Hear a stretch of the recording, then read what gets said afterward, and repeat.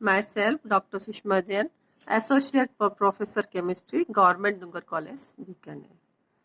पिछले लेक्चर में मैंने हेट्रोसाइक्लिक कंपाउंड के नोमेनक्लेचर और उनकी जनरल कैरेक्टरिस्टिक्स के बारे में बताया था। आज मैं आपको हेट्रोसाइक्लिक कंपाउंड का 5 मेंबर्ड रिंग का फर्स्ट मेंबर पिरोल के बारे में पढ़ाऊंगी। पिरोल 5 मेंबर्ड रिंग जिसमें कि नाइट्रोजन हेट्रोएटम प्रेजेंट है। इसका अगर हम नामकरण करें तो 5 मेंबर्ड रिंग के लिए जो सफिक्स आता है वो ओल आता है, OLE, और नाइट्रोजन के लिए जो प्रीफिक्स हम लगाते हैं वो लगाते हैं एजा। तो एजा प्लस ओल बराबर एजोल। इसका जो UPSC नोमेनक्लेचर है वो है एजोल। हम इसे एजोल भी कह सकते हैं और बोलते भाषा में हम इसको पिरोल कहते हैं। पिरोल शब्द जो है वो ग्रीक भाषा के वर्ड पायरस और ओलियम जो कि लैटिन भाषा का शब्द है उससे मिलकर बना है। पायरस का अर्थ होता है दहकता लाल और ओलियम का अर्थ होता है ऑयल, तेल। तो पायरस प्लस ओलियम बराबर पायरोल। इसके टेस्ट में अगर हम कोई चीड़ की लकड़ी के टुकड़े को HCl में डिप करके और अगर पिरोल की वाष्प के संपर्क में लाएं तो वह तुरंत लाल रंग का हो जाता है, इसलिए इसका नाम पड़ा पिरोल। इसके बनाने की सामान्य विधियां, किस किस तरह से हम पिरोल को बना सकते हैं। पहली विधि है हम अस्थि तेल से बॉर्न ऑयल से पिरोल को बना सकते हैं। सबसे पहले हम अस्थि तेल को तनुछार से धोते हैं जिससे इसकी अम्लीय अशुद्धियां दूर हो जाती हैं। फिर अस्थि तेल को ही हम अम्ल से धोते हैं जिससे इसकी जो क्षारीय अशुद्धियां हैं वो प्रिसिपिटेट हो जाती हैं और इससे दूर हो जाती हैं। फिर अस्थि तेल का हम प्रभाजी आसवन करते हैं और जो प्रभाज हमें 100 से 150 डिग्री सेल्सियस के बीच में प्राप्त होता है उस प्रभाज को हम एकत्र कर लेते हैं। उस प्रभाज को फिर हम KOH के साथ संगलित करते हैं। संगलन से हमें पोटेशियो पिरोल प्राप्त होता है जिसका भाप आसवन करने पर हमें शुद्ध पिरोल, जिसका कि बॉइलिंग पॉइंट 131 डिग्री सेल्सियस है, ये हमें प्राप्त हो जाता है। तो इस तरह हम अस्थि तेल से हम पिरोल को प्राप्त कर सकते हैं। दूसरी जो विधि है वो हम एसिटिलीन से प्राप्त कर सकते हैं। यदि एसिटिलीन और अमोनिया की वाष्प को रक्त तप्त नली में से प्रवाहित करते हैं तो हमें पिरोल प्राप्त होता है। इक्वेशन है CH plus NH2 equal to pyrrole plus hydrogen. Third जो मेथड है वो हम सक्सिनिमाइड से इसको प्राप्त कर सकते हैं। सक्सिनिमाइड का ये कीटो रूप है। अगर हम इसका इनोल रूप लिखना चाहेंगे तो हम इस तरह से इसका इनोल रूप लिख सकते हैं। और यदि हम सक्सिनिमाइड को जिंक डस्ट के साथ आसवन करते हैं तो हमें पिरोल प्राप्त होता है, साथ ही जिंक ऑक्साइड बनता है। नेक्स्ट जो मेथड है वो ये है कि हम अमोनियम म्यूसेट से भी पिरोल को प्राप्त कर सकते हैं। यदि हम अमोनियम म्यूसेट को ग्लिसरॉल के साथ आसवन करते हैं तो हमें म्यूसिक एसिड प्राप्त होता है और साथ में अमोनिया प्राप्त हो। ये अमोनियम म्यूसेट का स्ट्रक्चर है और इसकी जब हम ग्लिसरॉल के साथ आसवन किया तो हमें म्यूसिक एसिड प्राप्त हुआ। म्यूसिक एसिड है CHOH COH CHOH CHOH CHOH COH। इसकी और साथ में हमको अमोनिया भी प्राप्त होती है। तो ये दोनों ही आपस में फिर रिएक्ट करते हैं और रिएक्शन करने के दौरान इसमें से 4 मोल पानी के बाहर निकल जाते हैं, जल के बाहर निकल जाते हैं, यानी कि डिहाइड्रेशन हो जाता है। और 2 मोल्स कार्बन डाइऑक्साइड के बाहर निकल जाते हैं, यानी कि डी कार्बोक्सिलेशन होता है। और साथ ही ये जो रिंग है वो नाइट्रोजन के साथ ऐड हो जाता है। यहाँ पे नाइट्रोजन और रिंग स्ट्रक्चर बन जाता है हमको यहाँ पर और हमें प्राप्त हो जाता है पिरोल। तो इस तरह से हम अमोनियम म्यूसेट से पिरोल को प्राप्त कर सकते हैं। नेक्स्ट मेथड है फ्यूरान से। फ्यूरान की वाष्प को अगर हम अमोनिया के साथ एल्यूमिनियम ऑक्साइड की उपस्थिति में 480 से लेकर 490 डिग्री सेल्सियस तक प्रभावित करते हैं तो हमें पिरोल प्राप्त होता है। अब इसकी जो मेन सिंथेसिस है वो है Paul nor synthesis, Paul nor संश्लेषण। इस सिंथेसिस के द्वारा हम पिरोल ही नहीं थायोफिन और फ्यूरान को भी सिंथेसाइज कर सकते हैं। यानी कि 5 मेंबर्ड जो हेट्रोसाइक्लिक कंपाउंड है उनको सिंथेसिस करने के लिए, उनको संश्लेषित करने के लिए ये कॉमन मेथड है, जिससे हम तीनों मेंबर जो कि थायोफिन और फ्यूरान और पिरोल है, तीनों को हम सिंथेसाइज कर सकते हैं। तो पिरोल के लिए हम 1,4 डाई कार्बोनाइल कंपाउंड हमने यहाँ पर लिया है, 1,4 डाई कार्बोनाइल कंपाउंड। ये इसका यहाँ पर RCOCH2CH2CO R 1 2 3 4 1 और 4 पोजीशन पर 2 कीटो ग्रुप है, इसलिए हम इसको नाम देते हैं 1,4 डाई कार्बोनाइल कंपाउंड।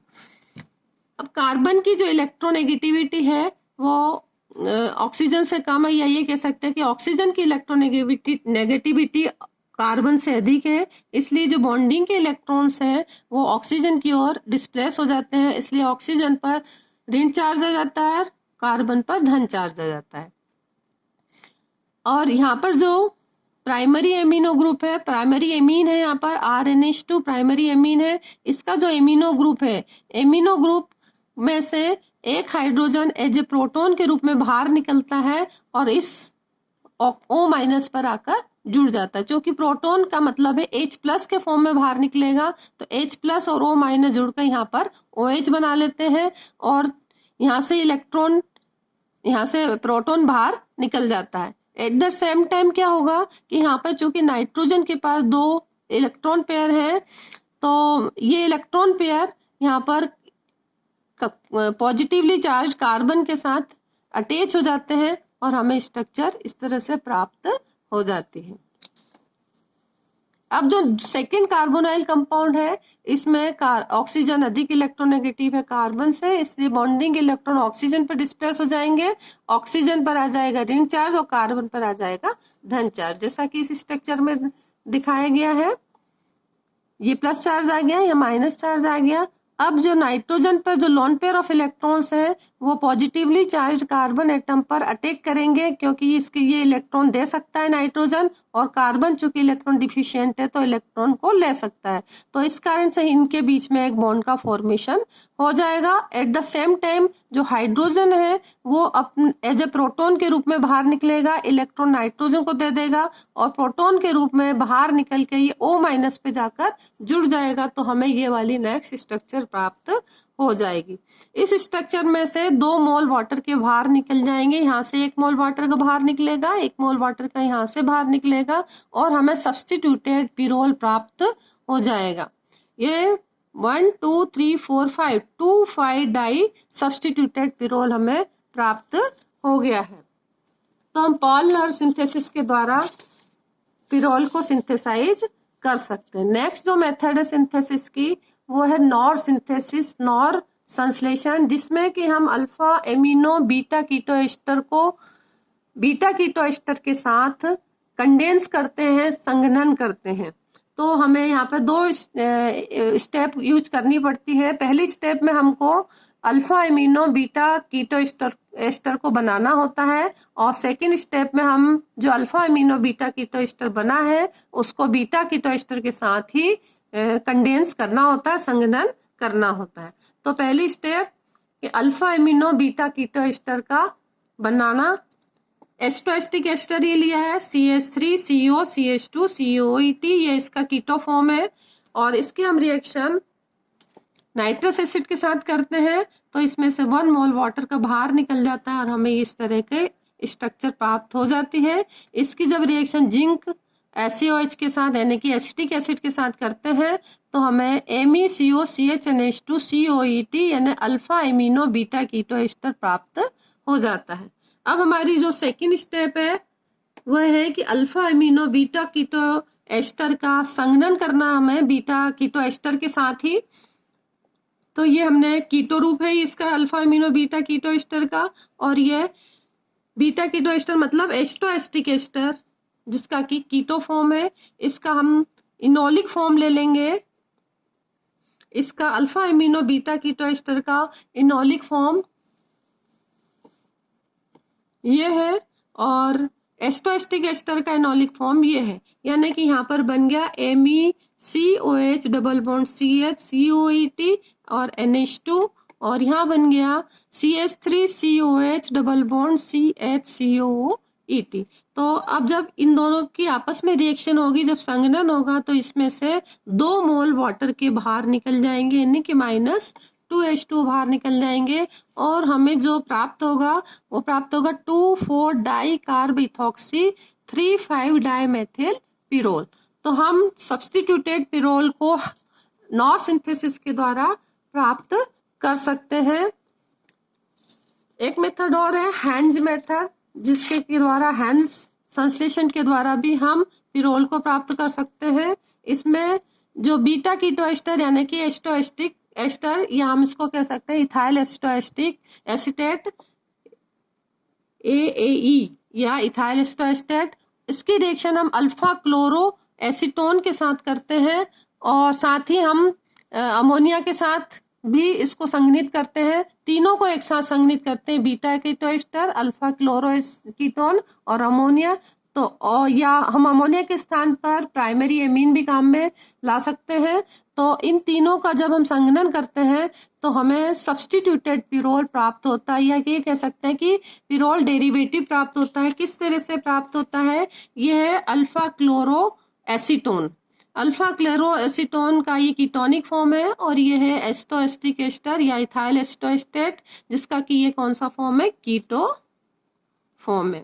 ये भी कीटो फॉर्म है, दोनों कीटो फॉर्म है। अब इसका इनॉल फॉर्म हम बना लेंगे, क्योंकि इनमें चलावयिता टोटोइनॉल कीटोइनॉल चलावयिता पाई जाती है। तो चलावयिता के कारण इसका कीटो फॉर्म का ये इनॉल फॉर्म होगा। क्या होगा? CH3COH डबल बॉन्ड CHCl, और यहाँ होगा CH3COH डबल बॉन्ड CHCOET। अब इसमें और यहाँ पर हमने मोल लिया, 1 मोल लिया है अमोनिया का, तो यहाँ पर यहाँ से वाटर का मॉलिक्यूल बाहर निकलेगा, यहाँ से वाटर का मॉलिक्यूल बाहर निकलेगा, और यहाँ से HCl का मॉलिक्यूल बाहर निकलेगा, यानी कि 2 मोल वाटर के बाहर निकलेंगे 2H2O, और 1 मोल इसमें से बाहर निकलेगा HCl का, और हमें प्राप्त होगा 3 कार्बिथॉक्सी 2,5 डाईमेथिल पिरोल। इसको अगर हमें और सिंपल मॉलिक्यूल में कन्वर्ट करना है तो हम इसको हाइड्रोलाइज कर देते हैं, हाइड्रोलिसिस कर देते हैं, इसका जल अपघटन करते हैं, तो COOET ग्रुप जो है वो COOH में कन्वर्ट हो जाता है, और जब हम उसको गर्म करते हैं तो उसमें से CO2 मॉलिक्यूल बाहर निकल जाता है, और जो कंपाउंड हमें प्राप्त होता है वो प्राप्त होता है 2,5 डाईमेथिल पिरोल। तो इस तरह से 8 मेथड्स के द्वारा हम पिरोल को सिंथेसाइज कर सकते हैं, जिसमें एक मेथड पॉल नॉर मेथड इस तरह की मेथड है जिसके के द्वारा हम पिरोल ही नहीं बल्कि थायोफिन और फिरॉन को भी सिंथेसाइज कर सकते हैं। पिरोल के जो टेस्ट है वो ये है कि अगर मान लीजिए हमें ये पता करना है कि पिरोल है या फिरॉन है या थायोफिन है, तो हम चीड़ की लकड़ी का टुकड़े को HCl में डुबोकर पिरोल की वाष्प के संपर्क में लाते हैं तो वो तुरंत लाल हो जाए, तो इसका मतलब ये है कि वह कंपाउंड पिरोल है। और पिरोल शब्द इसी टेस्ट के कारण पड़ा है। पिरोल जो वर्ड है वो ग्रीक भाषा का शब्द पिरोस और लैटिन भाषा के शब्द ओलियम से मिलकर बना है, यानी पिरोस प्लस ओलियम बराबर पिरोल। तो धन्यवाद। अगले लेक्चर में मैं आपको इसकी जो केमिकल और फिजिकल प्रॉपर्टीज है उनके बारे में विस्तार से बताऊंगी। धन्यवाद।